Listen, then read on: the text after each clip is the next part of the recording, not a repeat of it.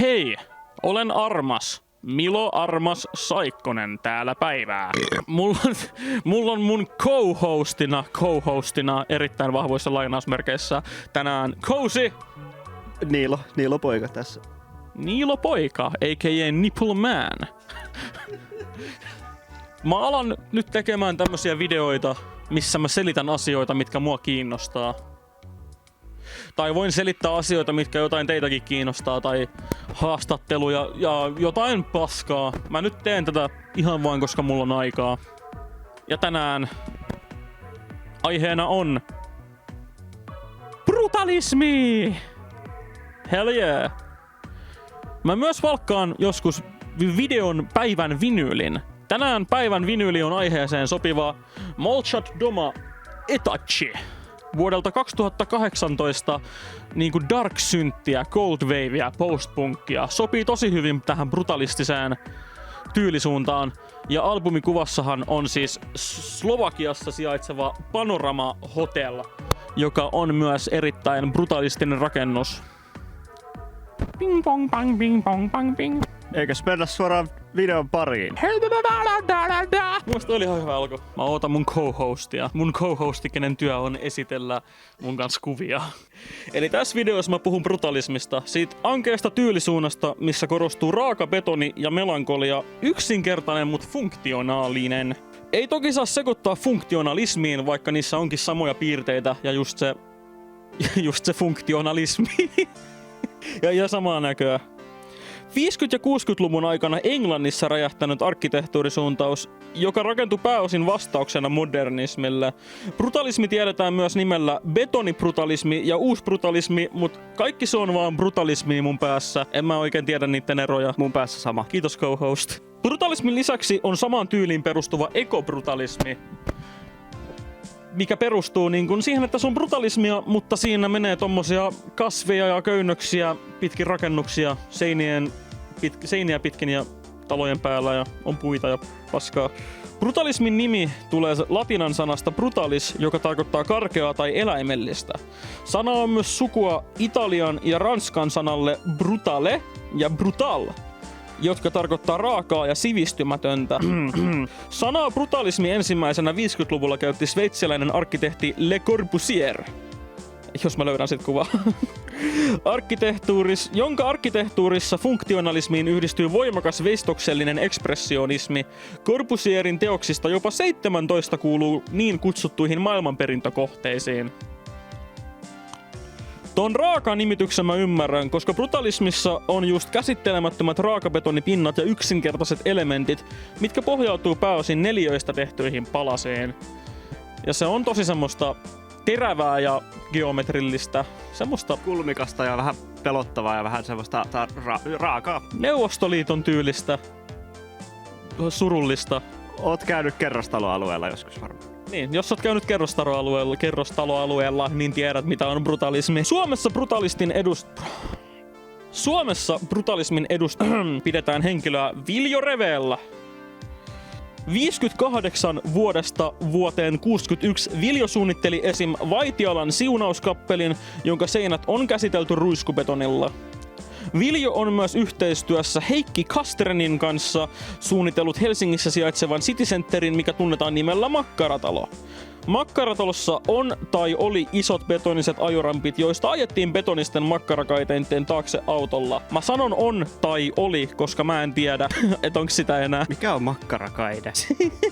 Semmonen makkara. Okei, anyways. Suomalaisen brutalismin edustajia on esimerkiksi Erkki Elomaa, Järvenpään kirkko, Aarno Ruusuvuori, Tapiolan ja Huutoniemen kirkot, Marjatta ja Martti Jaatinen, Oulun kaupunginteatteri ja Oulun kaupungin kirjasto, Andreas Schutz, Alavan kirkko, Kurt Moberg, Espoossa sijaitseva Teknologföreningenin osakuntatalo Urtsjallar. Vittu, että on vaikea nimi. Ympäri maailmaa hienoja esimerkkejä on Geiselin kirjasto Kalifornian yliopistossa, Phillips Exeter Academy Library, Lichtfield-tornit, Habitat 67, Bostonin kaupungin talo ja Cameronin toimistot. Ja nyt me näytetään pari paikkaa täältä meiltä kotoa päin Raumalta. Let's fucking go. Let's fucking go. Let's fucking go. Oli paljon parempi. Rauman vesitorni. Alun perin Lars Sonkin suunnittelema vesitorni, joka valmistui 1934, on siis vissiin tuolla keskiosan sisällä. Näin mä päättelin, miten Wikipedia mulle sen selitti. Joo, tässä kuva alkuperäisestä vesitornista. Sen ympärille nykyisen vesitornin suunnitteli Bertel Saarnio. Vesitornissa on ravintolatila tuolla ylhäällä ja siellä on ihan hienot näkymät. Ja se on tommonen vesitorni. Okei. Nämä pilarit varsinkin.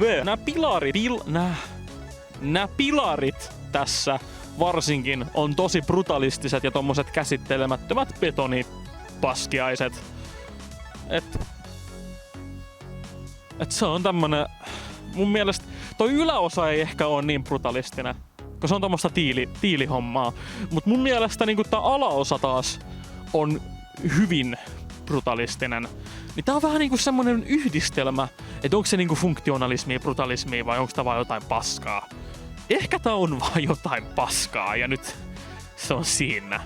Kiitos. Rauman uimahalli on kans tämmönen tosi Soviet-era brutalistisen näköinen. Mä en tiedä, onko tää tismalleen brutalismia, mutta tää näyttää tosi Neuvostoliiton aikaiselta ja tämmöseltä, tiedätkö? Mennään vittuun. Huono äänenlaatu ja kerrostaloalueita.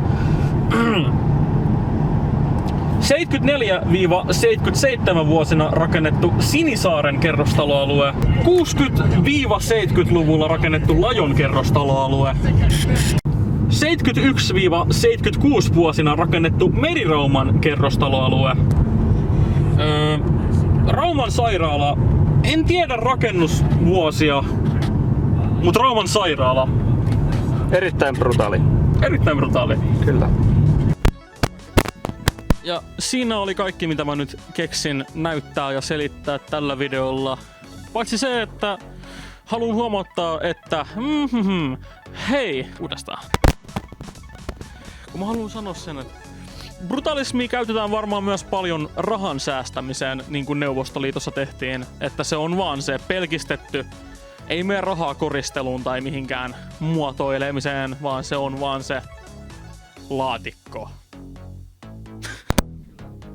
Mut joo, siinä on kaikki, mitä mä selitän tällä kertaa ja näytän tällä kertaa videosta. Jos tykkäsit videosta, niin tykkäsit videosta.